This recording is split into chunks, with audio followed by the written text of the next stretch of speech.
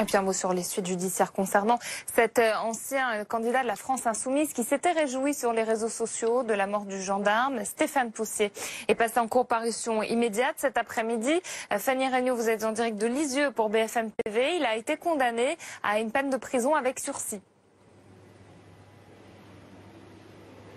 Oui, effectivement, un an de prison avec sursis pour Stéphane Poussier, ainsi que une interdiction de ses droits civils et civiques pour une durée de 7 ans. Le procureur avait requis 6 mois de prison, dont 4 avec sursis.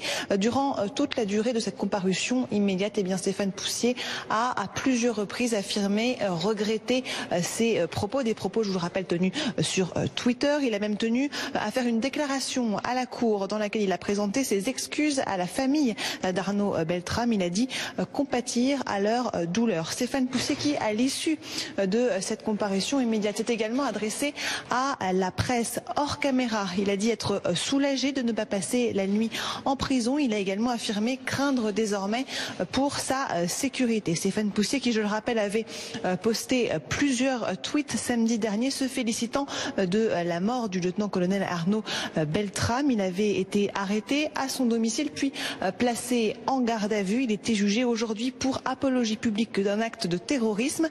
Stéphane Poussier, qui est un ancien candidat aux législatives du parti La France Insoumise. Le parti de gauche a d'ailleurs vivement réagi à ces propos, affirmant que Stéphane Poussier avait été exclu de la France Insoumise dès samedi.